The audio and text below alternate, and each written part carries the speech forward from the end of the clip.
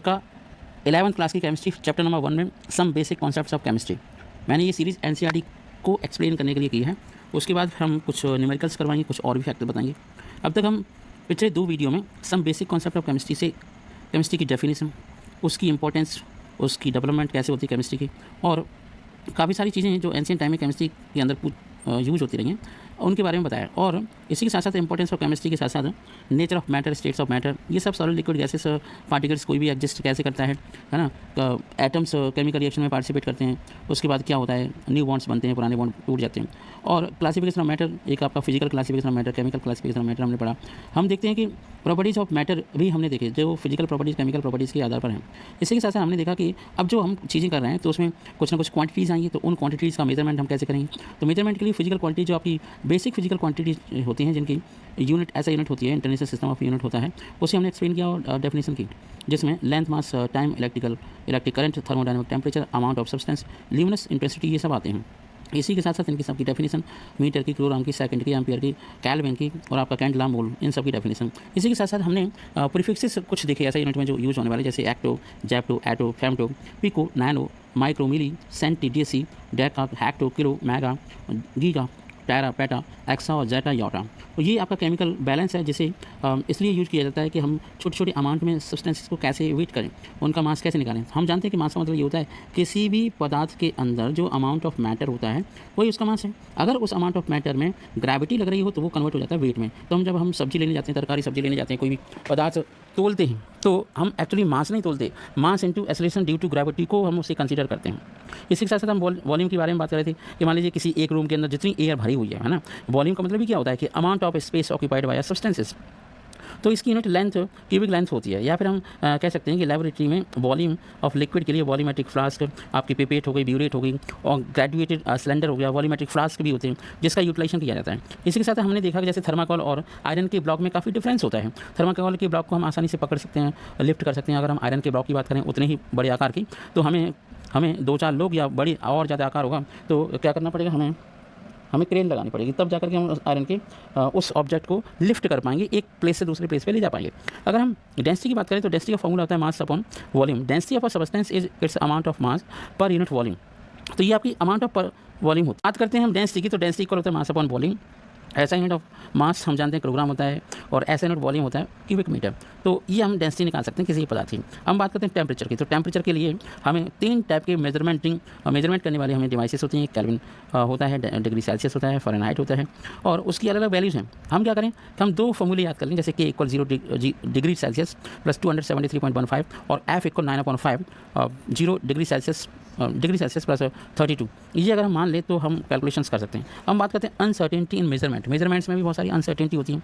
मतलब ये हुआ कि many times in a study of chemistry one has to deal with experimental data as well as theoretical calculations. कभी कभी हमें क्या करना पड़ता है, कुछ हमने कैलकुलेशन की, वो भी था आपके थियोरेटिकल, कुछ एक्सपेरिमेंटल भी भाई हम देखते हैं। मतलब हमने एक्सपेरिमेंट किया लेबोरेटरी के अंदर, कुछ आपकी डिजिट्स निकाली या यूनिट निकाली, तो उसके केस में हमें कुछ इंपॉर्टेंट चीज़ें देखनी होंगी, जिसमें रेफरेंस स्टैंडर्ड्स आते हैं, कुछ रेफरेंस स्टैंडर्ड भी लिए जाते हैं। इसी के साथ साथ हम ऐसे करते हैं, थोड़ा सा बता देते हैं कि आपको रेफरेंस स्टैंडर्ड होते क्या हैं। After defining a unit of measurement such as kilogram और a metre, scientist agreed on a reference standard that make it possible to calibrate all measuring devices for getting reliable measurements. मतलब सही सटीक measurement के लिए सारी devices को, जैसे आपका मीटर हो गए, स्ट्राइक्स, एनालिटिकल बैलेंस हो गए, सारे के सारे को कैलिब्रेट करा, किसके द्वारा, मैन्युफैक्चरिंग टू करेक्ट रीडिंग। अलग अलग टाइप की रीडिंग लेकर के, और कई बार एक्सपेरिमेंटली करके कैलकुलेशन निकाल कर इससे प्रूव करने की कोशिश करते हैं। Each of these device are standardized, उन्हें स्टैंडर्ड बनाया जाता है, कैलिब्रेटेड किया जाता है अगेंस्ट सम रेफरेंसेस।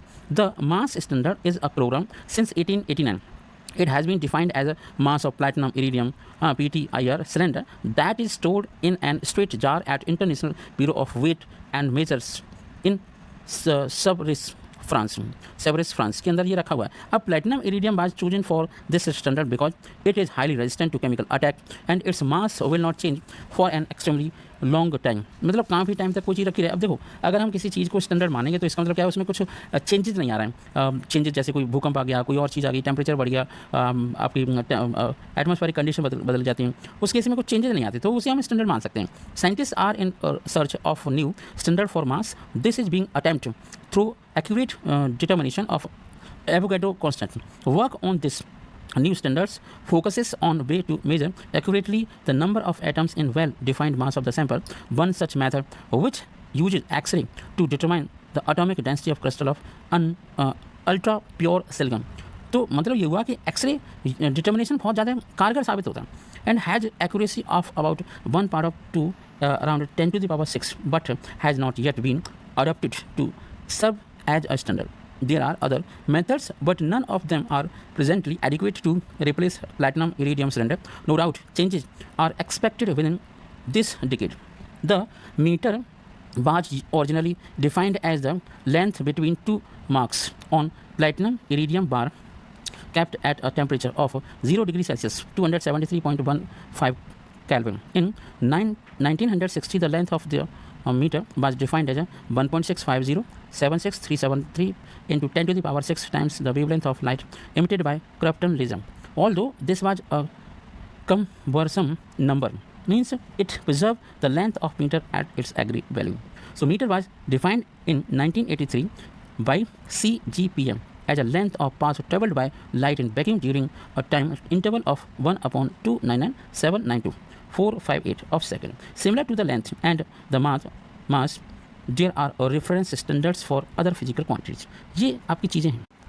अब आपने कैलकुलेशन कर ली. अब कैलकुलेशन करने के बाद हमें साइंटिफिक नोटेशन में लिखना पड़ेगा. जैसे मैंने 3.966 लिख लिया तो यहाँ तक तो सही है, लेकिन अगर हमने लिखा 60220000056 तो उसे अगर हम 10 to the power लिख लें तो ज़्यादा रिलायबल होगा, ज़्यादा है ना, कारगर होगा, एक्यूरेट होगा. और ये साइंस केमिस्ट्री में 0 पॉइंट के बाद कम से कम 3 अंक तक डेसिमल के 3 अंक तक चीज़ें मतलब डिजिट्स आनी चाहिए, तब वो ज़्यादा एक्यूरेट डिजिट मानी जाती है.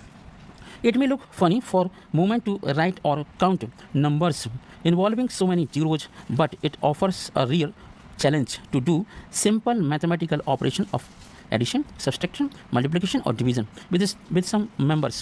अगर आप देखें कि you can write any two numbers of the above type and try any one of the operations you like to accept as a challenge, and then you will really appreciate the difficulty in handling such number. This problem is solved by using scientific notation.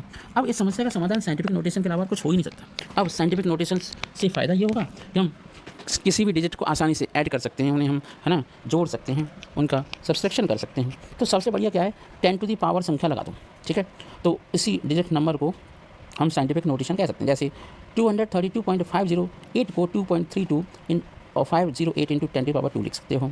अगर आपको क्या करना पड़े कि 0.005 हो और 6 हो, तो अगर आपको जितने अंक लेफ्ट साइड से राइट साइड में लेके जाने हैं डेसिमल, उतने ही पावर माइनस में लगा दो. ये प्रोसेस रहेगी. जैसे 0.0016 can be written as 1.6 into 10 power -4 here. So decimal has to be moved for 4 place to the right. अगर राइट साइड में डेसिमल को मूव कराया जाता है तब माइनस की पावर लगती है और एक्सपोनेंट लगती है, और अगर राइट साइड से लेफ्ट साइड में लेके आते हैं तो बहुत आसान है, उसे हम पॉजिटिव पावर में रखते हैं. मान लीजिए अगर हमें मल्टीप्लिकेशन करना है तो मल्टीप्लिकेशन करना आसान है. जैसे हम संख्या देख रहे हैं 5.6 into 10 power 5 into 6.9 into 10 power 8 है, तो 10 to the power 5 प्लस 8 हो जाएगी, क्योंकि हमेशा बेस सेम होता है और पावर्स ऐड होती हैं. अगर पावर पे माइनस का प्लस है तो वो आपका माइनस हो जाएंगी, सब्सट्रैक्शन हो जाएगा, और जो संख्या आप आपस में मल्टीप्लाई कर लीजिए. जैसे आपका 5.6 into 10 power 6 into 6.9 into 10 power 13 है, तो 2 डेसिमल बार आपका डेसिमल आ गया, 2 अंक बाद डेसिमल आ गया. अब देखो 2 अंक बाद डेसिमल तुमने लगाया वो सही नहीं है, इसे आपको 3.864 इंटू 10 पावर 14 करना पड़ेगा. एक्चुअली डेसिमल राइट साइड से लेफ्ट साइड में गया है, इसलिए प्लस की पावर ऐड हुई है. ये आपका साइंटिफिक फिगर हो गया, ठीक है. अगर हमने और भी कैलकुलेशन करनी है तो हम इस तरीके से कैलकुलेशन की प्रैक्टिस कर सकते हैं.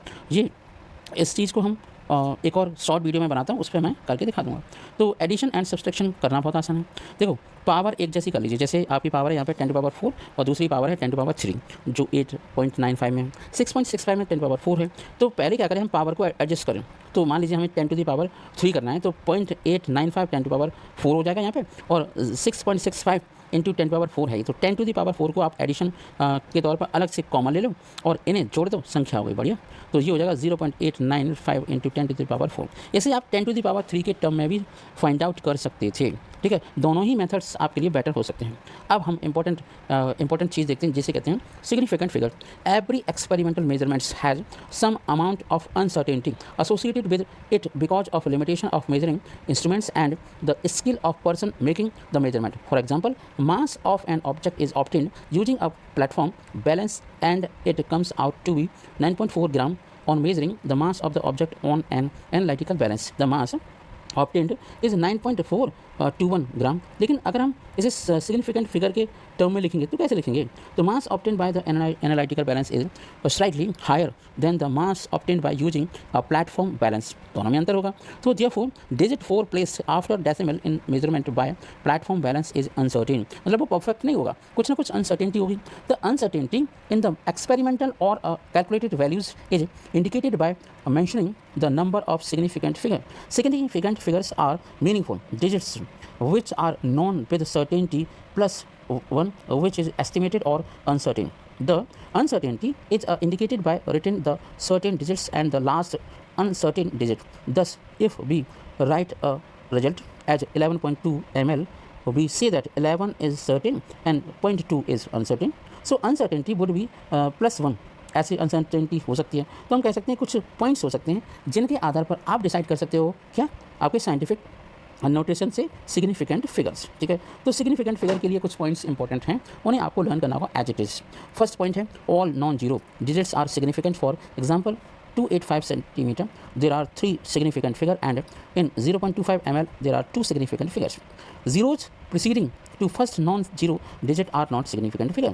Such zeros indicates the position of decimal point. Thus 0.03 has one significant figure and 0.052 has a two significant figure. Third point is zero between two non-zero digit are significant.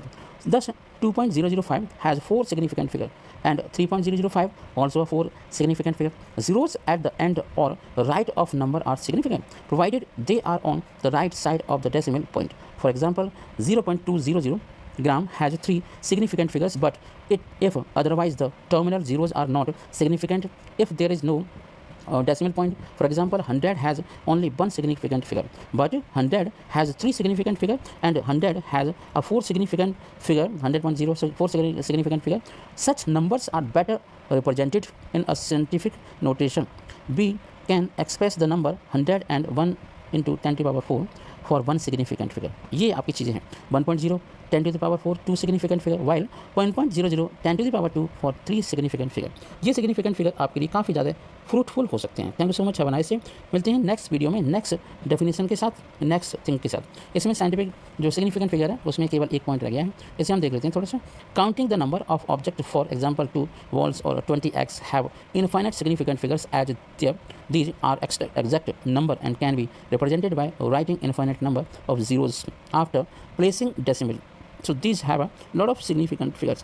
अगर हम precision की बात करें, precision का मतलब होता है, precise का मतलब होता है perfect closeness of various measurements for the same quantity, and accuracy का मतलब क्या है, सटीक is a agreement of a particular value to the true value of the result. For example, if the true value for a result 2.00 gram and student A takes two measurements and reports the results as 1.95 gram and 1.93 gram.